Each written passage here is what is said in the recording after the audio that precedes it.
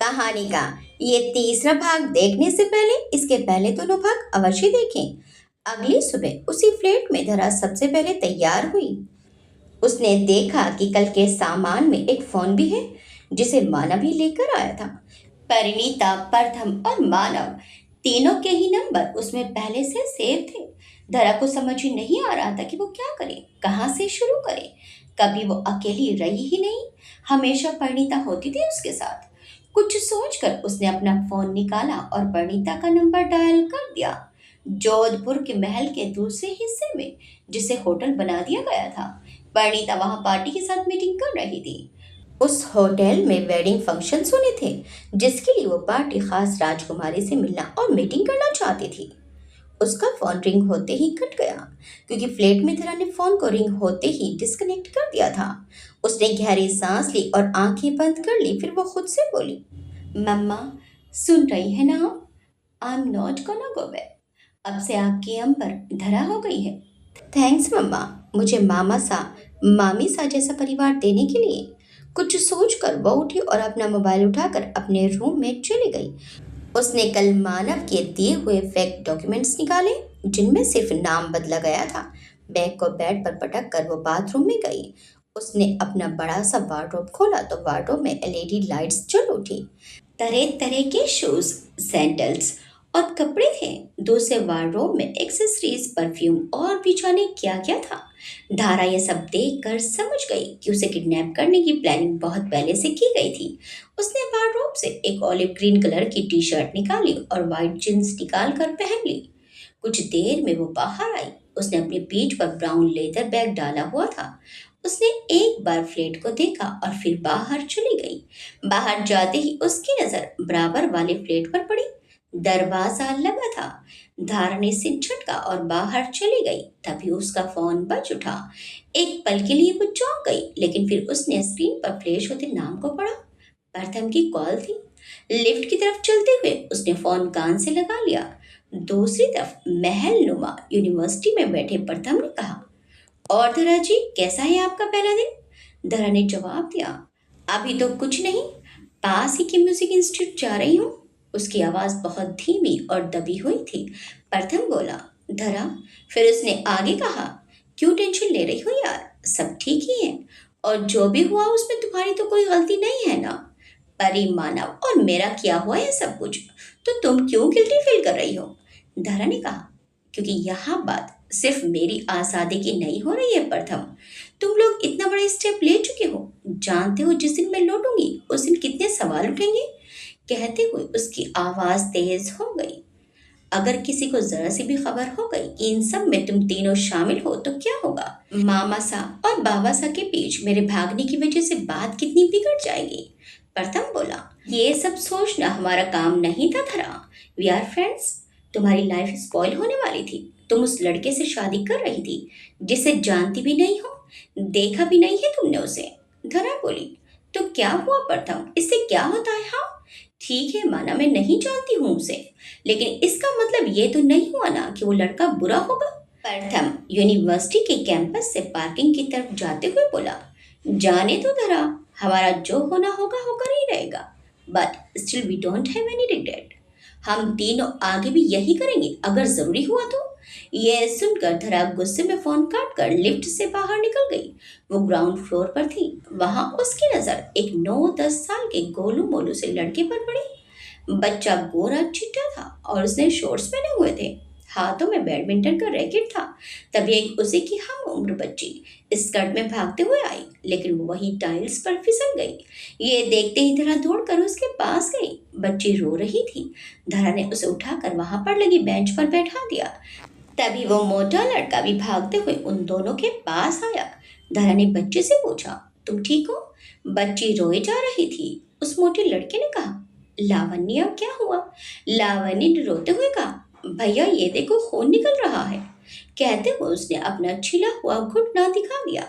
धरा दोनों को ही देख रही थी। मोटे लड़के ने कहा, चलो मैं तुम्हें घर छोड़कर आता हूँ। लावण्य बोली, नहीं नहीं भैया, दर्द हो रहा है, मैं नहीं जाऊंगी।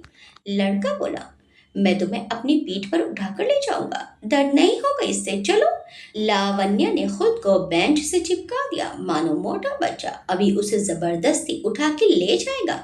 मोटे बच्चे ने धरा से कहा, दी आप इसको बोलो ना, मैं उठा सकता हूँ, इसको गिराऊंगा नहीं।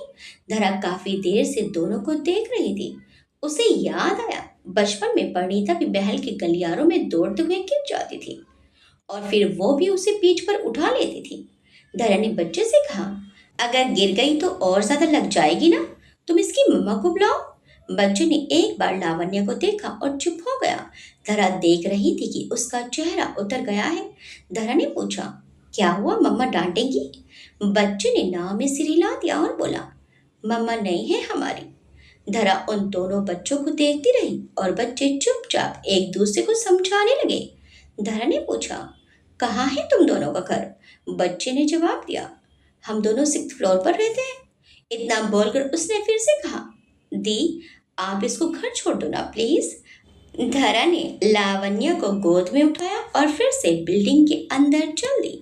उसने लिफ्ट में 6th फ्लोर का बटन प्रेस कर दिया। लावण्य चुप हो गई थी। धरा ने बच्चे से पूछा, तुम्हारा नाम क्या है? बच्चे ने बड़ी स्टाइल से कहा, माई सेल्फ माही राघव श्रीनिवासन। उसका नाम सुनकर धरा ने मुस्कुराकर कहा, इतना बड़ा नाम है तुम्हारा? इतने में लावण्य बोली, नहीं नहीं दी, भाई तो ऐसे ही फेंक रहे हैं, इनका नाम तो सिर्फ माही है। अप्पा का नाम राघव और हमारा सरनेम श्रीनिवासन, समझे? धरा ने पलकों को 2 बार झपकते हुए हाँ में सिर हिला दिया।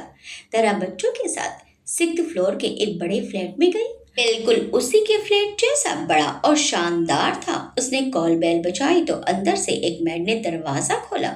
धरा ने उससे कहा, मिस्टर राघव? मेड ने जवाब दिया, हाँ हाँ साहब अंदर है। मेड दरवाजे से हट गई।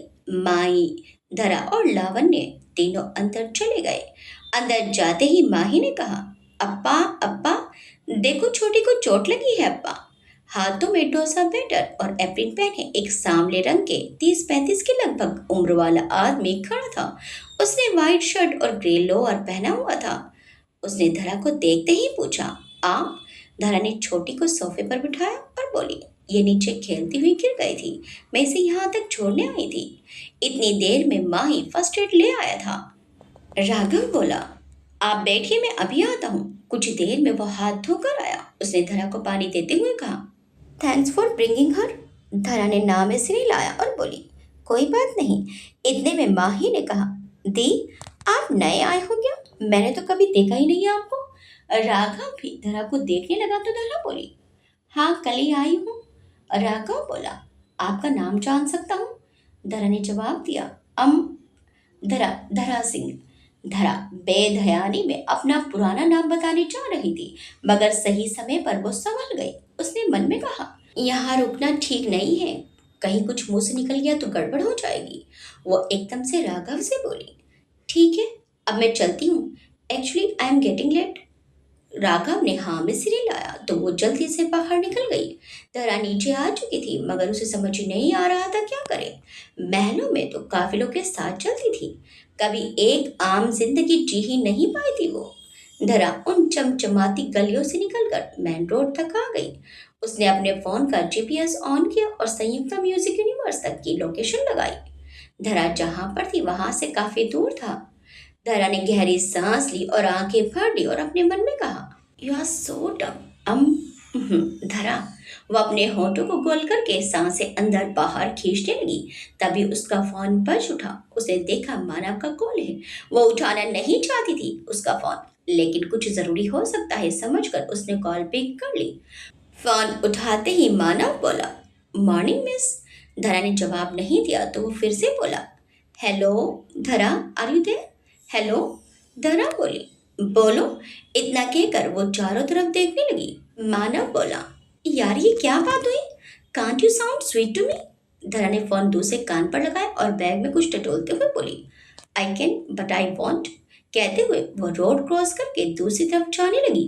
भीड़ में चलते हुए उसका ध्यान आधा फोन पर और आधा रोड पर था कि एक बाइक रोंग वे से तेजी से उसके एकदम करीब आ गई। धरा ने एकदम से उस तरफ देखा तो वो हड़बड़ाहट में मूर्ति बनकर खड़ी की खड़ी रह गई। तभी किसी ने उसे कोहनी पकड़कर पीछे खींच लिया। धरा ने देखा उसने चेहरे पर ब्लू शेड्स लगा रखे थे और मास्क पहना हुआ था। उसके बैग से एक खूबसूरत सी बांसुरी में रुनझुन लटका हुआ था और बैग पर गिटार कवर में रखी थी। धरा का मोबाइल सड़क पर था और उसकी नजरें उस शख्स पर हॉर्न की आवाजें मानव को भी सुनाई दे रही थी। उस शख्स ने ठहरे हुए स्वर में कहा, बातें कम किया कीजिए, हादसों से बची रहेंगी। धरा कुछ कहती उससे पहले ही वो तेजी से निकल गया। उसने देखा उसने हाफ कैप गुलाबी टी शर्ट पहन रखी थी और कोहनी पर जख्म बन आया था। धरा बिना कुछ बोले अपना फोन उठाकर एक तरफ हो गई। फोन से मानव की आवाज आई, हेलो, क्या हो रहा है माँ? Dhara, hello, hello, are you okay धरा?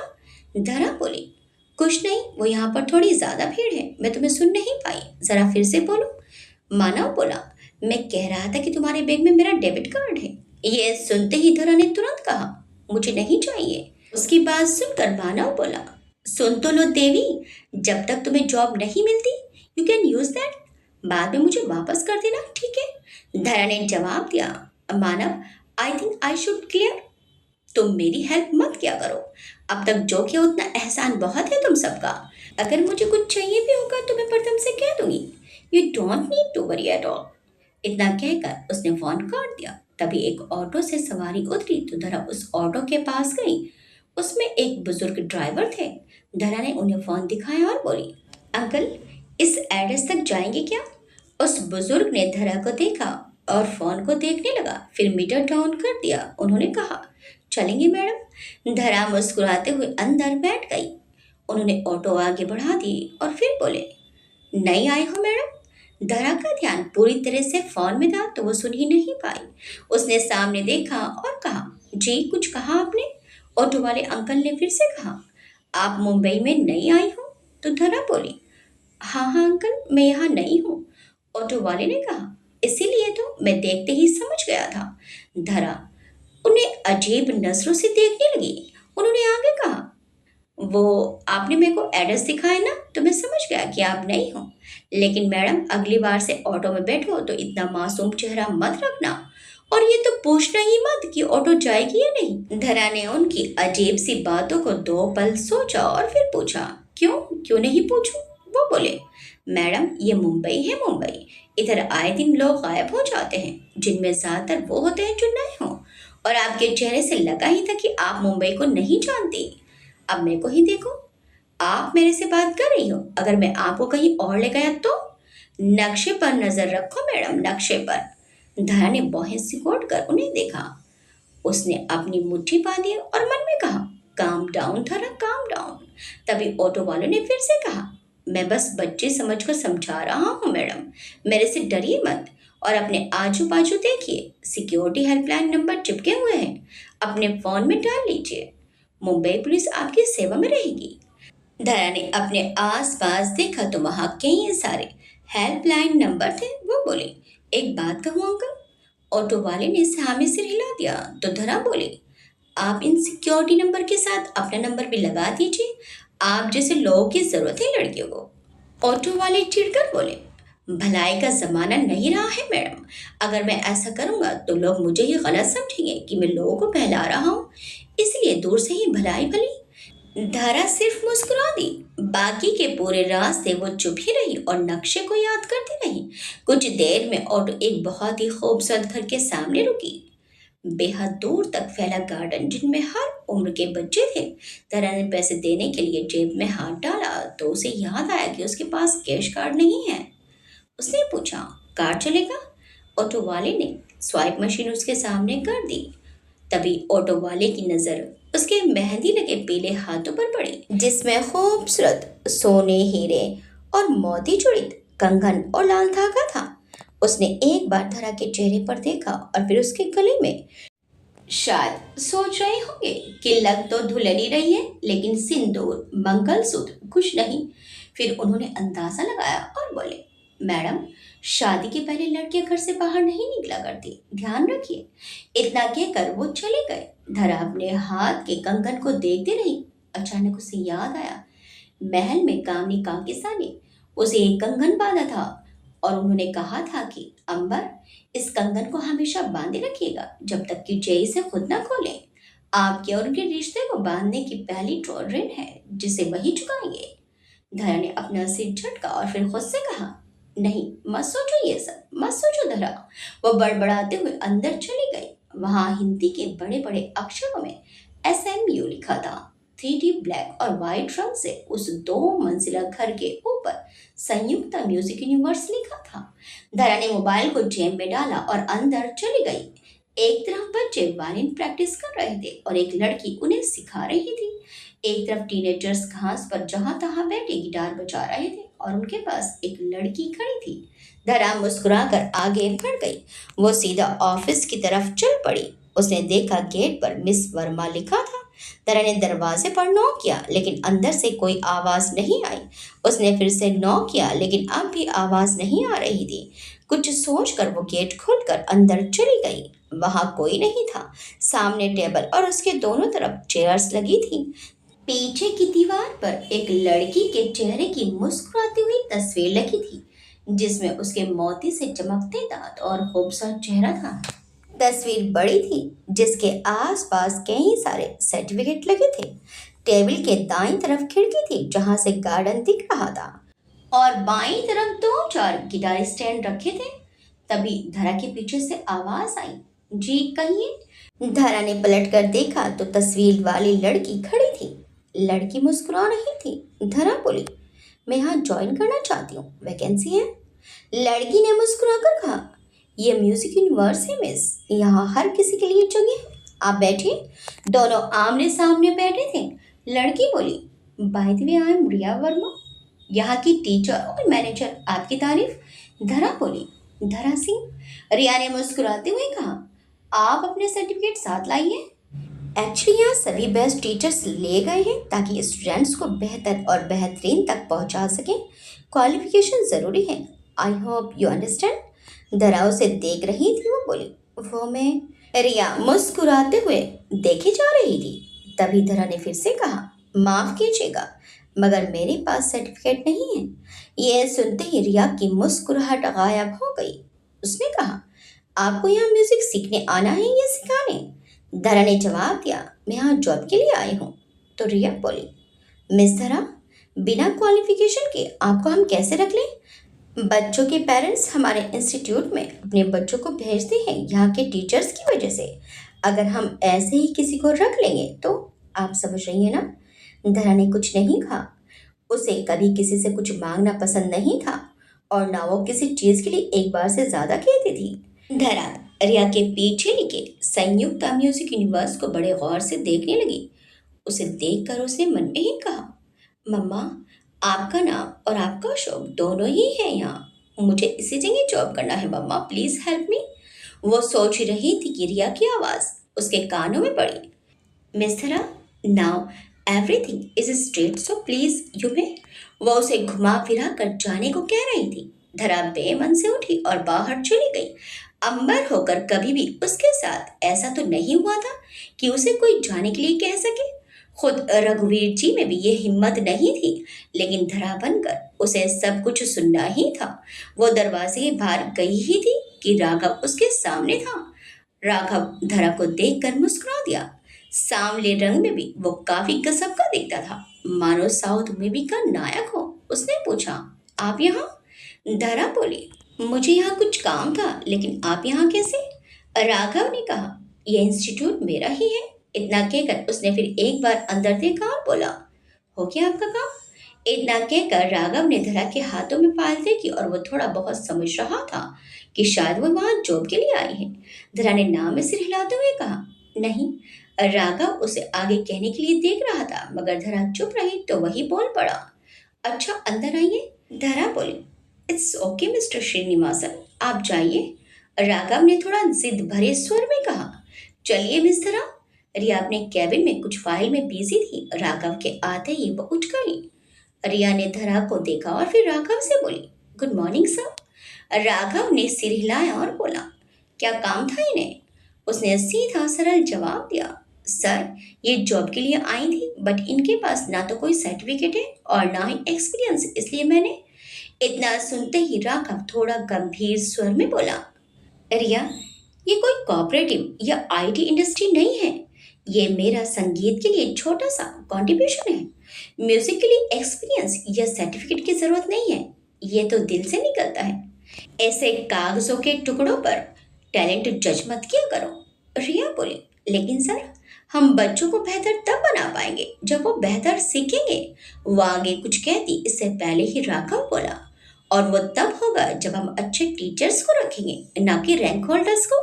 फिर उसने धरा की तरफ पलट कर कहा, मिस धरा, आपके पास सर्टिफिकेट तो नहीं है, लेकिन क्या आप कोई भी इंस्ट्रूमेंट या सिंगिंग परफॉर्म कर सकती हैं? मिस रिया अपने रूल्स के लिए बहुत स्ट्रिक्ट है, तो ये भी सेटिस्फाई हो जाएंगी। धरा ने मुस्कुराकर कहा, मुझे कोई प्रॉब्लम नहीं है। कुछ ही देर में वो लोग एक बड़े से हॉल में थे। कुछ म्यूजिशियंस और इंस्ट्रूमेंटलिस्ट, जिनमें बूढ़े भी शामिल थे, वो सब हॉल में कुर्सियों पर बैठे थे।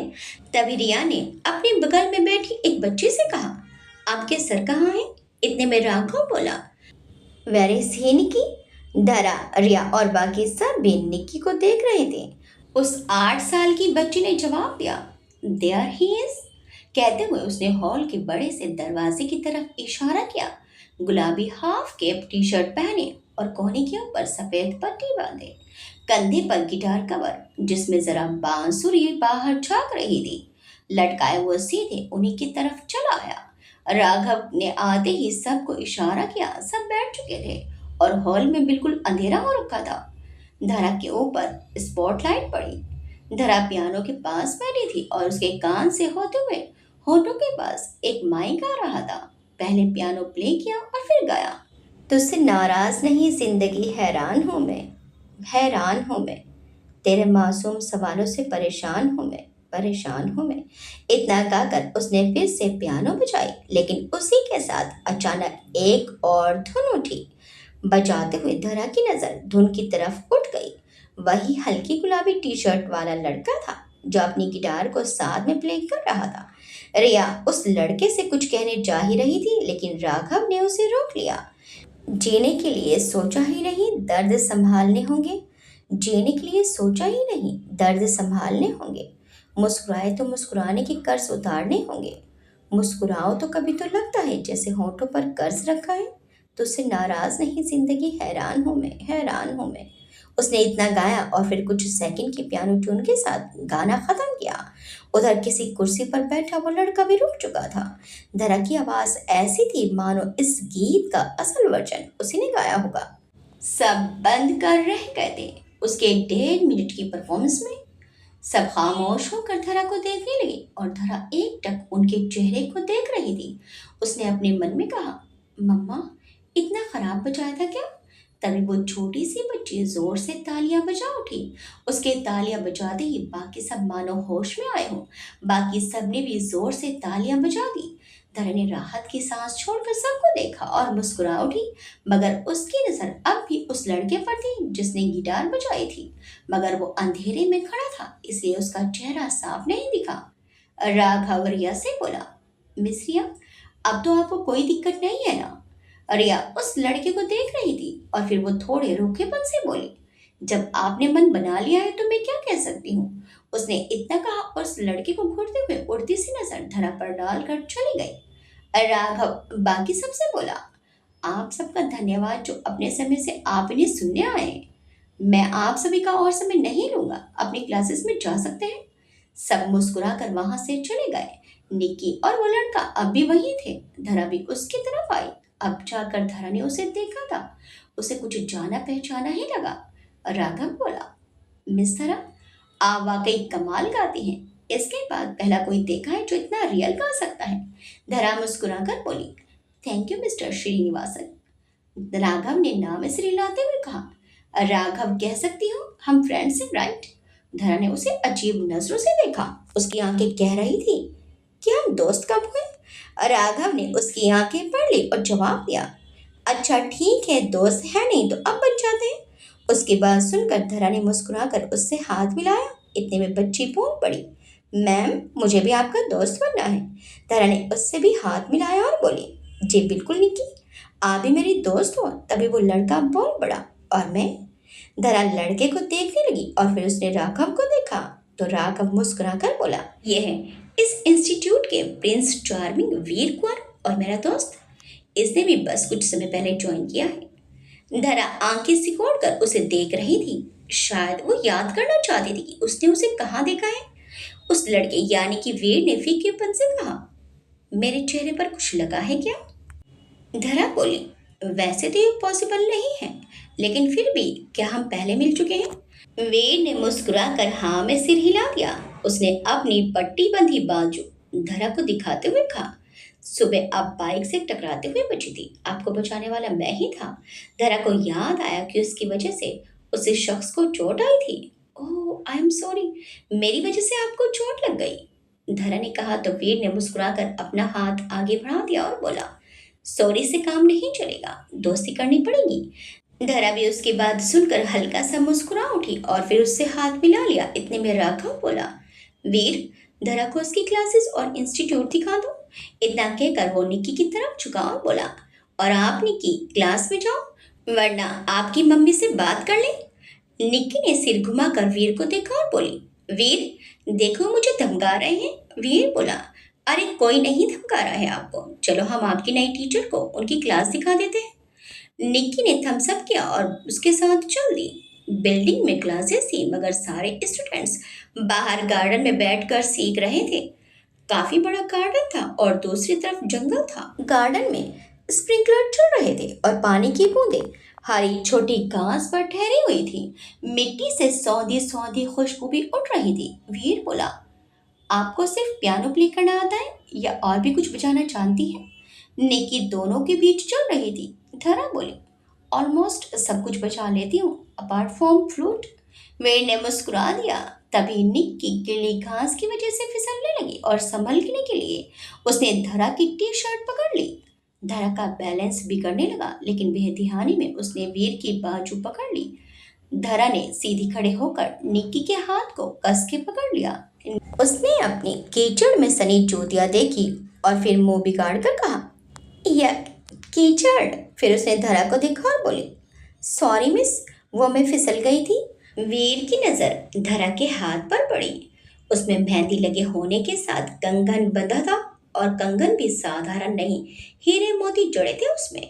तभी धरा निक्की से बोली, कोई बात नहीं निक्की, पहले शूज और पैरों को वॉश करो। निक्की ने मुंह बनाते हुए कहा, अब तो मम्मा पक्का डांटेंगी। उसकी बात सुनकर धरा सिर्फ मुस्कुरा दी। फिर उसने वीर की तरफ देखा और बोली, कुंवर जी।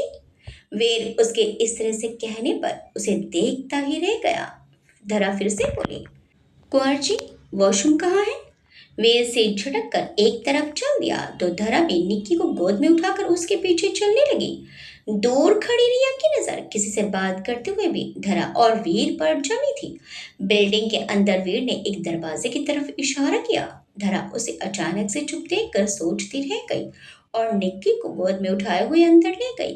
कुछ देर बाद निक्की गीले हाथ पैर लिए बाहर आ गई और वीर अब भी वहीं खड़ा था। निक्की बोली, वीर मैं जा रही हूँ, अपनी मिस के साथ आ जाना। इतने कहकर वो बिना कुछ सुने चली गई। कुछ देर में धरा बाहर आई। उसके कपड़े गीले हो चुके थे और वो अपने हाथों को झटक रही थी, जिससे वीर का ध्यान रह रह कर धरा की मेहंदी और जैकेट से बाहर झांकते कंगन पर पड़ जाती। धरा ने अपनी पॉकेट से रुमाल निकाला ही था कि वीर ने ठहरे हुए स्वर में कहा, शादी से क्यों भाग आई आप? ये सुनकर धरा स्तब्ध रह गई। उसका हाथ पॉकेट में और सिर पैरों की तरफ झुका रह गया। वीर फिर से बोला, अब ये मत कहने लगेगा कि नहीं भागी है। हाथों में मेहंदी, कंगन और ये शरीर पर हल्दी का पीलापन, सब कुछ बिल्कुल न्यू ब्राइड जैसा है। चुप कड़ी धरा खुद नहीं समझ पा रही थी कि क्या जवाब दे। झूठ बोलना नहीं आता था उसे और ऊपर से सब कुछ इतना साफ था कि अब झूठ बोलकर वो और भी फंस सकती थी। धरा ने अपनी आंखें जोर से बंद की और मुट्ठी कस ली। वीर जवाब के लिए उसे ही देख रहा था। जवाब नहीं मिला तो वीर ने कहा, खैर, आपकी अपनी जिंदगी है, जो करना है कर सकती हैं, बट रिमेम्बर कि आपके माँ बाप आपके लिए बहुत परेशान होंगे। शादी से तो भाग आई हैं आप, लेकिन उन तानों से और उस इज्जत की मिट्टी में मिलने के बाद जो कुछ होगा उससे नहीं भाग सकती। इतना कहकर वो आगे जाने लगा। धरा की आंखें गीली हो चुकी थी। वीर की बात सुनकर उसे याद आया कि रघुवीर जी ने क्या कुछ सुना होगा और विराज वो कितना परेशान हुए होंगे। धरा ने गहरी सांस भरी और हल्की दबी आवाज में कहा, घर की जायदाद, खानदान का वंश, फैसले लेने का हक लड़कों को दे दिया जाता है, फिर इज्जत हमें क्यों संभालनी पड़ती है? ये भी उन्हीं के नाम क्यों नहीं कर देते? किसी और की नजरों में खोट हो तो घूंघट हमें ओढ़ना है, क्योंकि इज्जत रखनी है परिवार की। देर रात घर से बाहर रहे तो घर की इज्जत का क्या? इससे बात मत करो, ऐसे बात मत करो, ऐसे मत हंसो, सभी लड़कियों को ही क्यों देखना चाहिए? धरा की आवाज सुनकर वीर के कदम ठहर गए। वो धरा के सामने आया और अपनी जेब से रुमाल उसे देते हुए बोला, क्योंकि लड़कियों से ज्यादा किसी और में इतनी ताकत नहीं है कि इतनी बड़ी जिम्मेदारी उठा सके। कैसे चलना है, रहना है, हंसना है, बोलना है, इस पर इंसान का बस नहीं। लेकिन आप जो करके आई हैं वो बिल्कुल आपकी ही गलती है। धरा ने उसका रुमाल नहीं लिया। उसने अपना रुमाल निकाला और चेहरे को पोंछते हुए बोली, भागी नहीं हूं मैं। वीर ने उसे देखा और बोला, तो शादी हो गई आपकी? धरा ने नाम में सिर हिलाया। वीर आगे कुछ कहने ही वाला था कि धरा ने उसे हाथ दिखाकर घूरा और बोली, जस्ट स्टॉप। इतना कहकर उसने गहरी सांस भरी और बोली, देखिए मैं अब तक आंसर कर रही थी। इसका मतलब ये नहीं कि आपके हर सवाल का जवाब देना जरूरी है। मेरी लाइफ में क्या हो रहा है, मैंने क्या किया है, ये सब मेरी प्रॉब्लम है। आप दखल ना दे तो बेहतर होगा। कहकर धरा वहां से चली गई और वीर उसे जाते देखता रहा। इसके बाद वो पूरे दिन धरा से नहीं मिला। इधर अपनी क्लास में धरा को रह रहकर वीर के साथ किया बिहेवियर याद आ रहा था। उसे थोड़ा बुरा भी लग रहा था कि उसने कितने रुखेपन से बात की वीर से, लेकिन वो कैसे समझाती कि भागी नहीं है वो, असल में उसका यहाँ रहना मजबूरी है। शाम 7 बजे के करीब धरा घर के लिए निकल गई। बाहर वीर इंस्टीट्यूट की पार्किंग में बाइक के पास खड़ा था। इतने में उसे महसूस हुआ कि उसके पीछे कोई है। वो एक कंधे पर बैग को सही से डालते हुए मुड़ा तो रिया खड़ी थी। रिया ने मुस्कुराते हुए कहा, कुछ ढूंढ रहे हो? वीर के चेहरे के भाव गंभीर ही रहे और साथ ही वो चुप खड़ा बाइक से टिक गया। रिया फिर से बोली, तुम इतने रूड क्यों हो जाती हो मुझसे बात करते हुए? वीर ने जवाब दिया, ऐसा कुछ नहीं है। रिया उसके पास आकर उसके सामने खड़ी हो गई और बोली, तो फिर कैसा है? वीर ने उसकी आंखों में देखा और बोला, मिस वर्मा आपको देर हो रही होगी, यू शुड गो नाउ। रिया को बुरा लगा था उसका इस तरह से बात करना, फिर भी वो नकली मुस्कुराहट देते हुए बोली, ये लो तुम्हारी बाइक की चाबी, कल मैकेनिक ने ऑफिस में जमा करवा दी थी। वीर ने चाबी ली और बाइक पर बैठ गया। उसने बाइक से हेलमेट उठाया और बाइक स्टार्ट कर दी। वीर ने गर्दन घुमाकर देखा तो रिया कार लेकर जा चुकी थी। वीर स्टार्ट बाइक पर बैठे हुए ही किसी सोच में गुम था। तभी किसी ने चाबी घुमाकर उसकी बाइक बंद कर दी। वीर ने झटके से देखा तो राघव मुस्कुराते हुए उसे ही देख रहा था। राघव बोला, आज सुबह से देख रहा हूँ कुछ अजीब सा बिहेव कर रहे हो, तबीयत ठीक है तुम्हारी? वीर ने हेलमेट निकाला और उसके घने बड़े बाल बिखर गए। उसने उंगलियों से बालों को सेट करते हुए कहा, अजीब बिहेवियर का मतलब? राघव ने उसके कंधे पर हाथ रखा और बोला, वीर, जिसने आज तक निक्की और राघव के अलावा किसी से बात नहीं की, वह खुद दोस्ती का हाथ बढ़ा रहा था मिस धरा की तरफ। इससे ज्यादा अजीब कुछ और होना चाहिए क्या? तुम जानते हो क्या उसे? वे ने नामे सिर हिला दिया और बोला, वैसे मुझे मिस्ट्रीज बहुत पसंद है। I use to solve in my childhood. Raghav ने उसे गहराई से देखा और बोला, डोंट बी सो क्रीपी। धरा अच्छी लड़की है। वीर ने फिर से हेलमेट पहन लिया और बोला, वो तो वक्त ही बताएगा। इतना कहकर उसने झटके से एक्सीलेटर पर किक किया और साइड करके उसके सामने से निकल गया। उसकी बाइक बिल्कुल नई जैसी चमक रही थी। काले रंग की केटीएम बाइक में लाल रंग के लोगो चिपके थे। राघव ने उसे देखकर सिर झटक दिया। उसने अपने मन में कहा, डोंट गो टू फार। इस बात से उसके कहने का मतलब ज्यादा दूर तक ना जाने से था या फिर अपनी सोच को ज्यादा दूर तक ना ले जाने के लिए। रात काफी हो चुकी थी। आज चांद कुछ घट सा गया था, लेकिन फिर भी उसकी चांदनी धरा के सफेद नाइट ड्रेस पर पड़ रही थी। उसके फ्लैट की बालकनी, खिड़की और काफी जगहों से सामने दूर तक फैला समंदर नजर आता था। उसने अपनी लोअर की जेब में फोन डाला और दोनों हाथों को रेलिंग पर रखा। तभी उसकी नजर हाथों पर बंधे कंगन और मेहंदी पर गई और अचानक ही उसे वीर की बातें याद आ गई। धरा ने उन तारों में से किसी एक तारे से कहा, मम्मा, आप तो जानते हो ना कि भाग कर नहीं आई हूँ मैं। आज तक मैंने वो सब कुछ किया है जिससे बाबा साहब और आपका सिर प्राउड से ऊंचा रहे। फिर कैसे वो भी कुछ भी बोल सकते हैं? जो गलत है वो गलत ही है। यही सिखाया था ना आपने। तो क्या मेरा यहाँ रुकने का डिसीजन गलत है? क्या मुझे वापस लौट जाना चाहिए था? मुझे कुछ समझ नहीं आ रहा है। उसने इतना कहा और अपने हाथों में बंधा कंगन खोल दिया। उसने उस कंगन को देखते हुए कहा, माफ कीजिएगा जय, आपके और आपके परिवार का अपमान करने के लिए जाने अनजाने जो कुछ भी हुआ उससे शायद अब रिश्ते नहीं दुश्मनी निभानी होगी हमें। मुझे नहीं पता कि आप भी ये शादी करना चाहते थे या नहीं, लेकिन मैं करना चाहती थी। बेशक प्यार के लिए नहीं, मगर बाबा साहब के लिए मुझे ये करना था। पर परी ने सब कुछ उलझा दिया। वो कंगन उसने बालकनी से नीचे फेंक दिया और वो नीचे कहीं गार्डन में जा गिरा होगा। तभी उसके फोन पर रिंग हुई। धरा ने देखा तो मानव की कॉल है। उसने अपनी आंखें बंद की और खुद को शांत करते हुए फोन कान से लगा लिया। मानव जोधपुर में किसी बड़े से बंगलों की छत पर टहल रहा था। उसने मुस्कुराते हुए कहा, हेलो अंबर। धरा ने सहज गंभीर तरीके से कहा, कहो। मानव बोला, कैसे रहा आज का दिन? कोई दिक्कत तो नहीं हुई ना? वीर से बहस के बाद धरा ने अपना दिन कैसे गुजारा ये वही जानती थी। वीर की बातों से उसने जो गलती नहीं की थी उसका भी अफसोस महसूस किया आज उसने। मगर वो ये बातें मानव को नहीं बताना चाहती थी। धरा ने खुद को शांत किया और बोली, सब ठीक था। यूं तो धरा को मानव पर बहुत विश्वास था, मगर वो उससे खुलकर बात नहीं कर पाती थी।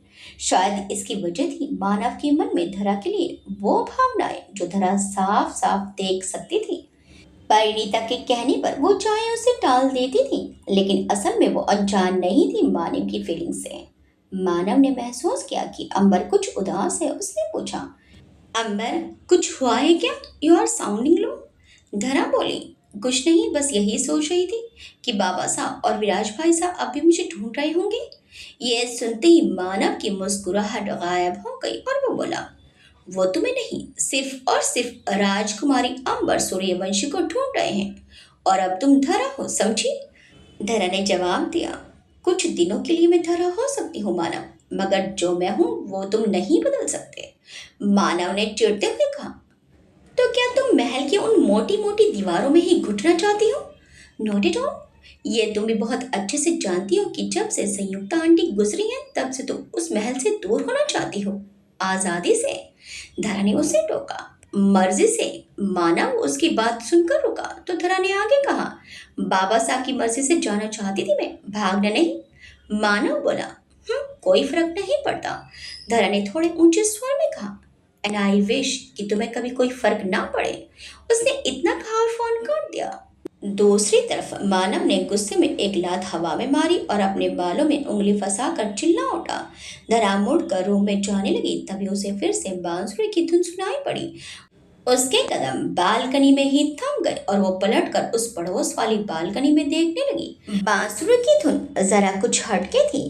दोनों बालकनी के बीच में छज्जा था, जिसकी वजह से वहां खड़ा कोई शख्स तो दिख सकता था, लेकिन अगर कोई बालकनी में बैठा होगा तो उसे देखना लगभग नामुमकिन था।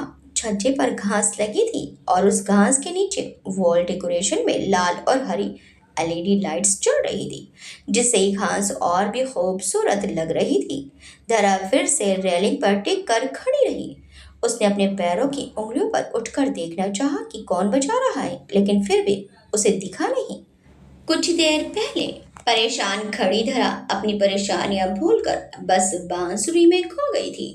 अगर कानों में मिश्री घुलने का सही अर्थ होता तो बिल्कुल इसी धुन से होता। धरा बालकनी के दरवाजे को खुला छोड़कर रूम में आ गई। धुन सुनते हुए कब उसे नींद आ गई उसे पता ही नहीं चला। अगली सुबह धरा उठकर रेडी हो चुकी थी। वह अपने रूम में गोल मिरर के सामने खड़ी थी, जिसके चारों तरफ लाइट लगी थी और शीशे पर ही उस लाइट को ऑन ऑफ करने के लिए मिरर टच स्विच था। धरा ने ढीली ब्राउन टी शर्ट पहनी थी और आस्तीन को सलीके से कोहनी के ऊपर थोड़ा मोड़ा हुआ था, साथ ही वाइट डेनिम पहनी थी। उसने बालों में रबड़ लगाई, तभी उसकी नजर बालकनी में गई और वो बस ही मुस्कुरा उठी। उसे बस सिर्फ एक फ्लूट बजाना नहीं आता था और उसका पड़ोसी रोज बखूबी बजाकर उसे सुना रहा था। उसने एक बार बालकनी में जाकर देखा तो वहां का दरवाजा अब भी खुला था, मगर कोई आवाज नहीं आ रही थी। वह रूम में दोबारा से आई और मिरर के पास रखी कुर्सी पर बैठकर स्नीकर्स पहनने लगी। तभी उसकी नजर अपनी पायल पर गई। वो पायल उसकी माँ की थी। वो हल्की सी मुस्कुराहट लिए बैग लेकर बाहर आ गई। एलिवेटर में वो अपने फोन को देखते हुए खड़ी थी। काफी ज्यादा मैसेज और कॉल्स कर चुके थे, प्रथम और परिणीता, जिनका रिप्लाई धरा ने नहीं दिया। तभी लिफ्ट ओपन हुई और राघव अंदर आ गया। धरा का पूरा ध्यान फोन पर था। राघव ने उसे बिजी देखकर टोका नहीं। कुछ मिनटों में एलिवेटर ग्राउंड फ्लोर पर रुकी और राघव बाहर निकलने लगा। तभी धरा की नजर उस पर गई। उसने राघव को आवाज दी, मिस्टर श्रीनिवासन। दोनों बाहर रुक चुके थे। राघव ने उससे कहा, I would like to test bye Raghav, please call me then. Dhara ने मुस्कुरा दिया और बोली, ज्यादा कैजुअल नहीं हो जाएगा? राघव हल्के से मुस्कुराकर बोला, अगर दोस्त भी फॉर्मल होने लगे तो दोस्ती का मजा नहीं आएगा। इस पर धारा ने कहा, ओके देन, मैं आपको राघव ही कहूंगी। राघव बोला, तुम भी इंस्टीट्यूट ही जा रही हो ना? धारा ने हाँ में सिर हिला दिया तो राघव बोला, मैं भी वहीं जा रहा हूँ। तुम्हें ऐतराज ना हो तो साथ चले? ये सुनते ही धारा ने जल्दी से कहा, नो नो इट्स ओके, मैं चली जाऊंगी। राघव ने हंसते हुए कहा, फिक्र मत करो, कहीं उठाकर नहीं ले जाऊंगा तुम्हें, साथ चल सकती हो। धरा बोली, बात वो नहीं है राघव, कल भी आपने मेरी हेल्प की थी और मुझे मदद लेना बिल्कुल पसंद नहीं है। राघव ने उसे थोड़े गंभीर भाव से देखा और फिर बोला, तुम ज्यादा सोच रही हो धरा, मेरी हेल्प कोई एहसान नहीं है। इट जस्ट कि मेरे बच्चे तुम्हें दीदी कहते हैं, लेकिन तुम मेरी बेटी जितनी तो नहीं हो, मगर बहन जितनी तो हो ना, और साथ जाएंगे पॉल्यूशन कम होगा। वैसे भी मुंबई में बहुत पॉल्यूशन है। धरा ने उसे देखा और विराज के बारे में सोचने लगी। बहुत कम उम्र में वो उससे दूर हो गई थी, लेकिन जब वो शादी के लिए महल वापस लौटी तब से बिल्कुल बच्चों की तरह ध्यान रखता था उसका। खाना ना खाने पर बिल्कुल राघव की तरह ही जिद भी करता था। धरा ने राघव से कहा, आप मानने वालों में से नहीं लगते। राघव ने आगे चलते हुए कहा, तुम काफी जल्दी लोगों को पहचान लेती हो। इस पर दोनों हंस दिए। चलते चलते ही राघव ने पूछा, धरा, कल से मेरा एक सवाल है, पूछे क्या? धरा बोली, अभी अभी आप ही कह रहे थे कि दोस्ती में फॉर्मल नहीं होते। राघव ने सिर घुमाकर उसे देखा और फिर पूछा, आप कहाँ से आई हैं? मतलब अकेली इतने बड़े शहर में कैसे? चलते चलते धरा के कदम धीमे पड़ गए। राघव आगे निकल गया था। जब उसने बगल में धरा को नहीं पाया तो रुककर उसे देखने लगा। धरा ने गहरे स्वर में कहा, मैं अपनी शादी से भाग आई हूँ। कुछ कहते कहते ही राघव की बोलती बंद हो गई और वो हैरानी से धरा को देखने लगा। धरा राघव की तरफ देखे बिना ही चल रही थी। वहीं राघव चलते चलते भी धरा की तरफ नजर जमाए था। कुछ देर खामोश रहने के बाद राघव ने कहा, क्यों, तुम्हारी मर्जी के खिलाफ शादी हो रही थी या किसी और को पसंद करती हो? धरा और राघव दोनों राघव की कार के सामने खड़े थे। अब धरा क्या बताती कि वो यहाँ इसलिए लाई गई है क्योंकि वो एक राजकुमारी है। वो जवाब देना चाहती थी, लेकिन सच बताना सही नहीं रहता। अक्सर ही झूठ एक बेहतर विकल्प होता है उस सच को कहने से जिससे बहुत कुछ बर्बाद हो सकता है। मगर झूठ ही तो नहीं कहती थी वो। धरा ने कहा, मैं इसे ज्यादा नहीं बता पाऊंगी। राघव दो पल रुककर उसकी आंखों में देखने लगा, जहां कुछ परेशानी और कुछ सच था। उसने गहरी सांस भरी और बोला, मुझे लगता है तुम्हें मुझे बताना चाहिए। माना कि सिर्फ एक दिन हुआ है मिले हुए, मगर इतना समय बहुत है किसी पर विश्वास करने के लिए। हाँ, अगर तुम्हें विश्वास नहीं है तो मत बताओ। धरा बोली, अगर भरोसा नहीं होता तो हम बात नहीं कर रहे होते। मैं नहीं बता पाऊंगी क्योंकि उसके मेरे पास मेरी खुद की वजह है, लेकिन ये बता सकती हूँ कि अगर मैं शादी से भागी हूँ तो मेरी फैमिली को पता है। और राघव ने उसे देख फीका सा मुस्कुरा दिया और फिर उसके कंधे थपथपाकर कार की ड्राइविंग सीट पर बैठ गया। धरा भी उसके पीछे जाकर पैसेंजर सीट पर बैठ गई। पूरे रास्ते दोनों ने एक दूसरे को कुछ नहीं कहा और इसी रात से धरा का फोन जाने कितनी बार रिंग हो गया था, लेकिन राघव की मौजूदगी की वजह से धरा फोन नहीं उठा सकी। राघव भी समझ रहा था, मगर वो कहता भी क्या, इसलिए चुप रहना उसने बेहतर समझा। कार इंस्टीट्यूट की पार्किंग में आ रुकी। धरा पहले उतरी और जाने लगी, तभी पीछे से राघव ने उतरते हुए उसे आवाज दी। धरा, वो पलट गई। तब तक राघव उसके सामने आ चुका था और राघव ने कहा, अभी नहीं बताया तुमने, लेकिन मैं जानना जरूर चाहूंगा। जब तुम्हें लगे कि तुम मुझे बता सकती हो तो खैर ये लो। इतना कहकर उसने एक जरा सा चाकू धारा को देते हुए कहा, कहते हैं कि जब तक ब्राइड से हल्दी और मेहंदी का रंग ना छूटे तब तक कटार साथ रखनी चाहिए। कटार तो नहीं है, but please keep it with you. Raghav ने इतना कहा और चला गया। धरा मुस्कुराकर उस छोटे से चाकू को देखकर याद करने लगी। आरव कितने सारे अलग अलग डिजाइन की कटारें ले आया था उसके लिए। धरा ने चाकू जेब में रखा और अंदर चली गई। धरा ने स्टाफ रूम में जाकर अपना बैग रखा और वहां से निकलकर अपनी क्लास में आ गई। निक्की भी उन्हीं स्टूडेंट्स में थी। उनकी क्लास में छोटे बड़े स्टूल रखे थे जिन पर बच्चे वायलिन लेकर बैठ चुके थे। माहौल बिल्कुल शांत था। गर्मी का मौसम था, लेकिन जंगलों के पास बने इंस्टीट्यूट में गर्मी बहुत कम थी। बेशक वहां एसी भी लगा था, पर इस समय ऑन नहीं किया हुआ था। पास में खुली हुई खिड़कियों से पंछियों के चहकने की आवाजें और हवा में हिलते पेड़ों की आवाज भी अलग ही धुन बना रही थी। तभी धरा की नजर निक्की की हम उम्र एक बच्चे पर पड़ी। गोरा रंग और घने सीधे बाल जो आईब्रो तक आ रहे थे। उसने कैपरी और चेक शर्ट पहनी थी। मासूम और बहुत ही भोला नजर आ रहा था वो। उसने अपना वॉल्यूम वहीं रखा और उसके पास आई। सारे बच्चों के सामने धुन लिखी हुई थी और बेशक वो बच्चे उन्हें पढ़ना और समझना जानते थे, मगर सिर्फ उसे एक बच्चे के पास ही स्टैंड पर कुछ नहीं था। धरा को अजीब लगा। वो उसके पास आई और फिर बोली, क्या नाम है आपका? बच्चे ने कुछ नहीं कहा और अपने कंधे पर वायलिन सेट करने लगा। धरा ने फिर से पूछा, क्या नाम है आपका? बच्चे ने फिर जवाब नहीं दिया और हाथों से वायलिन स्टैंड जमीन पर टटोलने लगा और वहां से वो उठाने की कोशिश करने लगा। धरा ने निक्की की तरफ देखा तो निक्की ने उसे इशारे से अपने पास बुलाया। धरा उसके पास जाकर घुटनों पर बैठ गई। निक्की ने धीरे से उसके कान में फुसफुसाया और बोली, मिस, वो सिर्फ वीर से ही बात करता है। धरा ने भी धीरे से कहा, क्यों? निक्की ने फिर से कहा, उसे दिखाई नहीं देता ना? ये सुनकर धारा चौंक उठी। उसने मुड़कर बच्चे को देखा तो वो आगे बैग से ब्रेल में लिखी धुन निकालने लगा।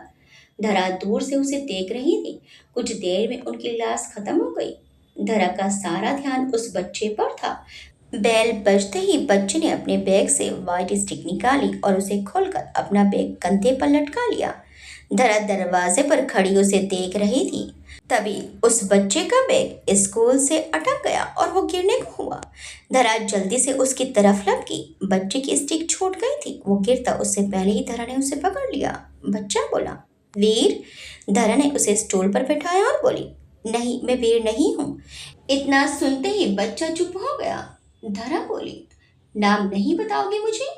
इतने में पीछे से आवाज आई, वो नहीं बोलेगा।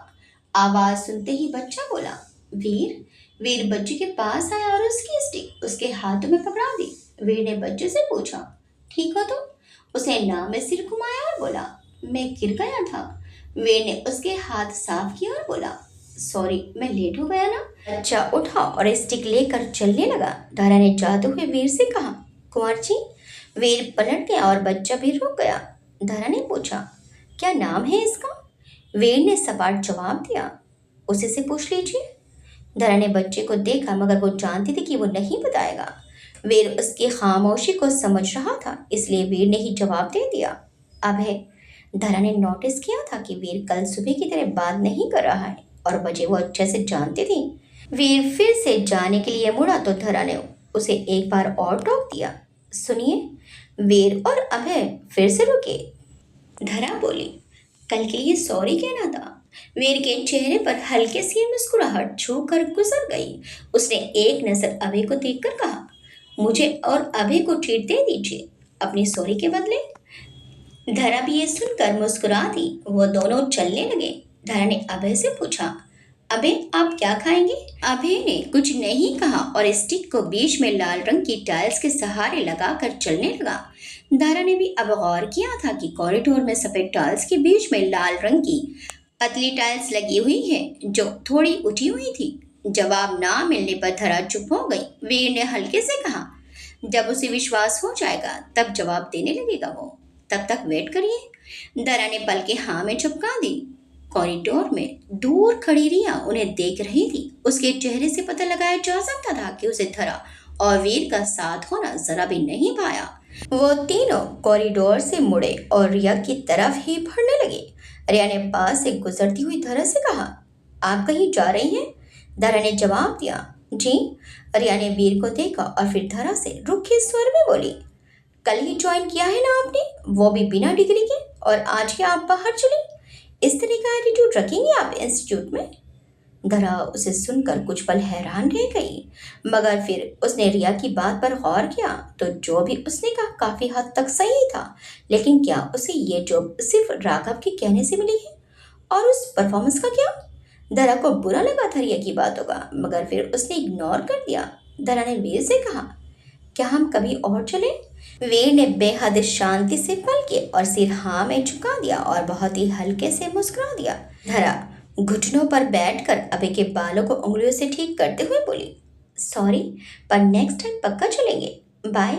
उसने इतना कहा और वहां से चली गई। रिया ने वीर से कहा, आप तो जानते हैं ना वीर कि अभय इतने महीनों से चुप था, लेकिन पहली बार सिर्फ आपसे ही बात की है उसने, फिर भी आप उसे एक अजनबी के साथ बाहर कैसे ले जा सकते हैं? वीर के चेहरे पर चिढ़ने के भाव थे। लग रहा था कि रिया का उससे इस तरह बात करना पसंद नहीं आया। वीर ने फीकेपन से कहा, तो आप मुझे ऑर्डर कर रही हैं? ये सुनते ही रिया एकदम से बोली, नहीं नहीं, ऐसा। उसकी बात खत्म होने से पहले ही वीर बोला, मिस वर्मा, आपको मैं कह चुका हूँ दूर रहा करो मुझसे, फिर भी आपकी समझ में नहीं आता। रिया ने सफाई दी, मैं तो सिर्फ ये कह रही हूँ कि अबे को यूं ही कहीं नहीं ले जा सकते। उसकी मेंटल हेल्थ का सवाल है। नए लोगों के बीच उसे अनकंफर्टेबल लगता है। वीर उसकी बात नहीं सुनना चाहता था, इसलिए उसने अभय से ही कहा, अभय चलो तुम्हें गार्डन में ले चलता हूँ। वीर के कहते ही अभय स्टिक लेकर आगे बढ़ गया। वीर ने गहरी नजर रिया की आंखों में देखा, जहां वीर की आंखें कह रही थी कि मुझसे और मेरे मामले से दूर रहो, और फिर अभय के साथ चल दिया। वीर के इग्नोर करने से रिया चिढ़ उठी। उसने कॉरिडोर की ग्रिल को जोर से पकड़ा। शायद गुस्से में थी वो। शाम के 7 बज चुके थे। स्टूडेंट्स 6 बजे ही बस से घर चले गए थे। सारे टीचर्स भी घर जाने के लिए निकल चुके थे। धरा भी गेट पर आई, तभी पीछे से निक्की ने आवाज लगाई, मिस मिस। धारा उसकी आवाज पहचानती थी। वो मुड़ी तो वीर राघव निक्की साथ चले आ रहे थे। तभी अचानक किसी ने धारा की कलाई पकड़ी और उसे खींचकर जोर से गले लगा लिया। वीर के कदम धीमे पड़ गए, साथ ही राघव भी रुक कर उन्हें देखने लगा। आगे क्या होगा? कौन है वो जिसने धरा को गले लगाया है? क्या वीर धरा को पसंद करता है? क्या धरा भी वीर को पसंद करने लगेगी? क्या मानव धरा से अपने दिल की बात कह देगा? क्या मानव आसानी से पीछे हट जाएगा, या धरा को पाने के लिए अपनी हद से आगे बढ़ जाएगा? देखिए इस कहानी के अगले भाग में आपको ये कहानी कैसी लगी हमें कमेंट्स करके जरूर बताइएगा। वीडियो अच्छी लगी तो वीडियो को लाइक, शेयर, सब्सक्राइब करना मत भूलिएगा। मिलते हैं इस कहानी के अगले भाग में। Till then bye bye.